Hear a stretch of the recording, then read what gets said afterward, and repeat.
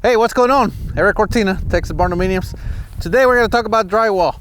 I'm going to go in here and show you how they hang it, and then we're going to jump to another job site so you can see how they texture.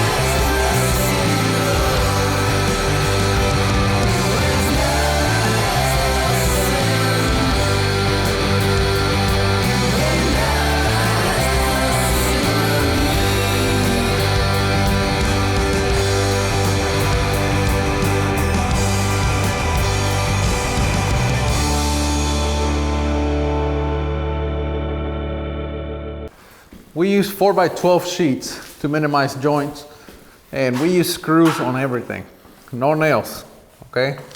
The other thing that we do is we glue the drywall to the studs.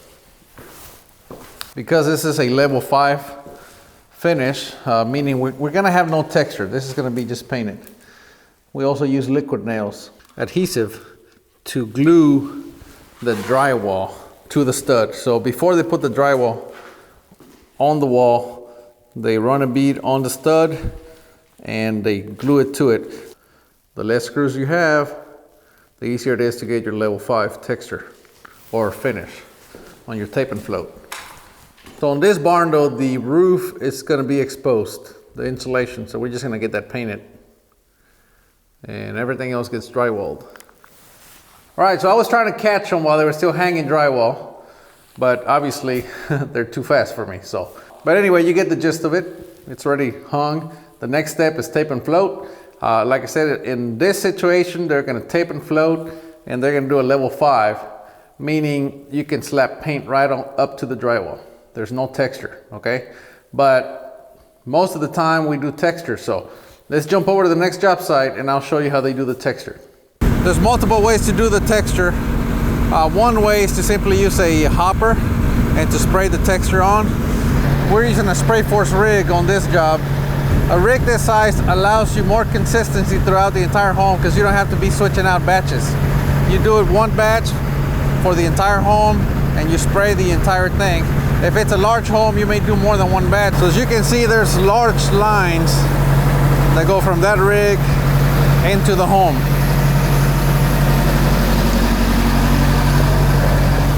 That guy right there is applying the texture.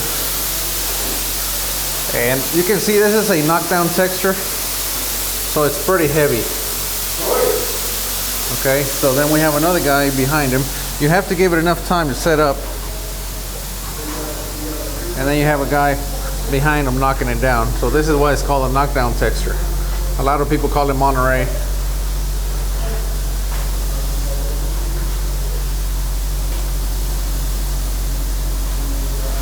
After he knocks it down, that's what it looks like. So this is what drywall looks like right before you texture. It's taped and floated. They still have to cover that beam. We're gonna wrap it in cedar anyway, but I'm gonna have to cover it before the texture. And of course, here's the fireplace.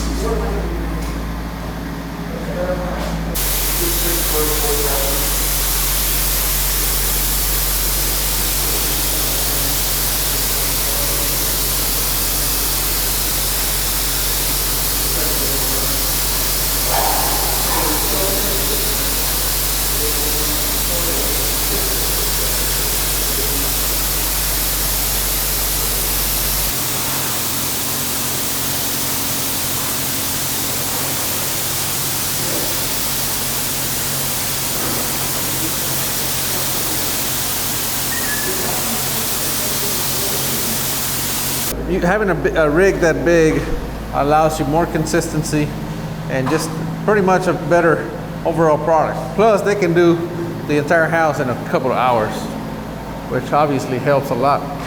All right, so you can see this one hasn't been knocked down yet.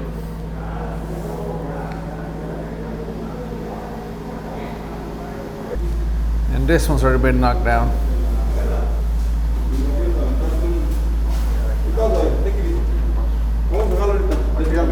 Having a rig like they have is very helpful because, as you can see, he hasn't stopped. He's been spraying this entire time. And the second guy that's walking in, it's actually very important what he does because he has to time it perfectly, because if he tries to knock it down too soon, he's going to scrape off the texture. If he waits too long, then all of a sudden he can't knock it down and it's going to be inconsistent. I mean, this guy's laying it down perfectly, but the other guy has to wait. If the guy knocking it down falls behind, he will let this guy know that's spraying to, hey, quit spraying, come help me out. So obviously they've been working together for a long time, so they communicate very well. But as you can see, this guy, he just keeps on spraying.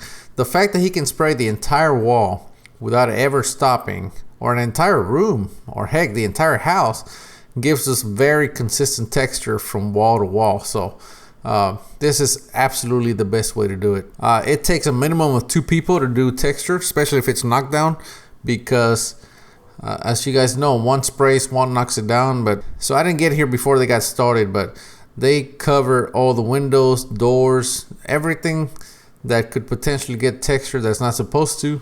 They cover everything up. Once that's done, then they get started. Now, once they texture, you need to let the house dry for at least 2 days. If it's in the winter, you need to wait longer. You do not want to try to put paint on this thing before it dries completely, because you're going to make a mess. So anyway, I hope you guys enjoyed this. We'll see you next time. We are Texas Barndominiums.